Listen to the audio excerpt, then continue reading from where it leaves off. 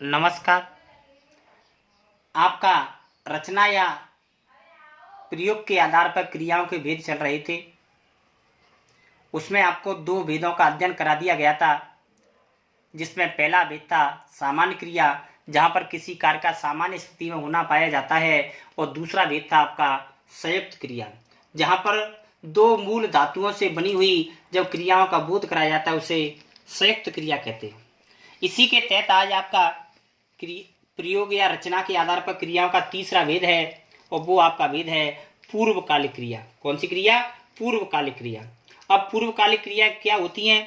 तो ऐसी क्रिया जब दो क्रिया हो रही हो, लेकिन एक क्रिया का होना जब दूसरी क्रिया से पहले पाया जाता है, उन्हें पूर्वकालिक क्रिया कहते हैं। अर्थात जब किसी वाक्य में दो भिन्न अर्थ वाली क्रियाएं प्रयोग हों और उनमें से जो क्रिया पहले संपन्न होती है उसे पूर्वकालिक क्रिया कहते हैं, और जो बाद में संपन्न होती है उसको समापिका अर्थात समाप्त करने वाली क्रिया के नाम से जाना जाता है। उसे किस क्रिया के नाम से जाना जाता है? समाप्त करने वाली क्रिया के नाम से जाना जाता है। जैसे सतीश खाना खाकर चला गया। अब इसमें दो कार्य का होना पाया जा रहा है कि सतीश ने पहले आया, खाना खाया, और उसके बाद में वो क्या हुआ? चला गया। तो खाना खाकर, तो जो खाना खाकर जो शब्द है वो पूर्वकालिक है, चला गया ये समापिका क्रिया है। इसी प्रकार बच्चा दूध पीकर सो गया, तो बालक है वो कैसे सो गया? दूध पीकर। तो जो पहले दूध का पीना है उसके बाद में तो सोया है। तो जब एक कार्य से पहले जब दूसरी क्रिया का होना पाया जाता है या करना पाया जाता है, वहां पर आपकी कौन सी क्रिया होती है? पूर्वकालिक क्रिया होती है। कौन सी होती है? पूर्वकालिक क्रिया होती है। जैसे राधिका अखबार पढ़कर घूमने गई। राधिका अखबार पढ़कर घूमने गई। बालक गृह कार्य करके खेलने चला गया।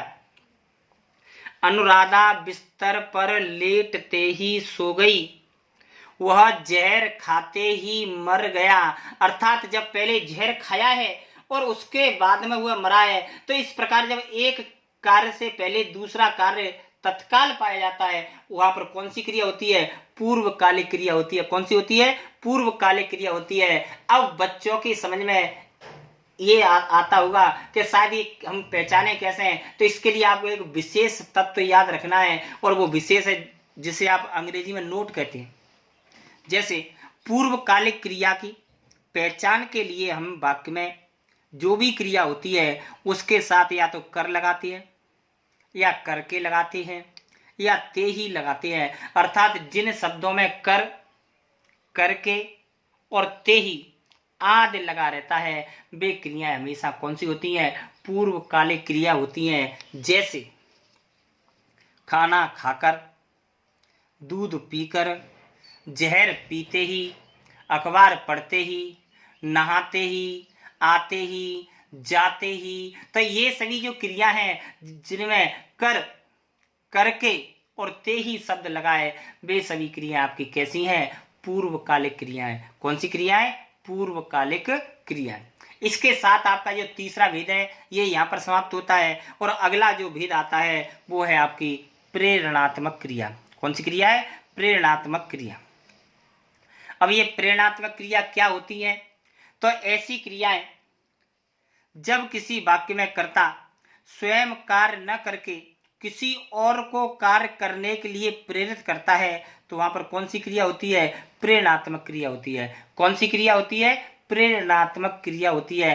अर्थात ऐसी क्रियाएं जहां पर कर्ता स्वयं कार्य नहीं करता है और अपना कार्य करने के लिए किसी और को प्रेरणा के द्वारा करने के लिए लालायित करता है, तैयार करता है, तो वहां पर कौन सी क्रिया होती हैं? प्रेरणात्मक क्रिया होती हैं। कौन सी होती हैं? प्रेरणात्मक क्रियाएं होती हैं।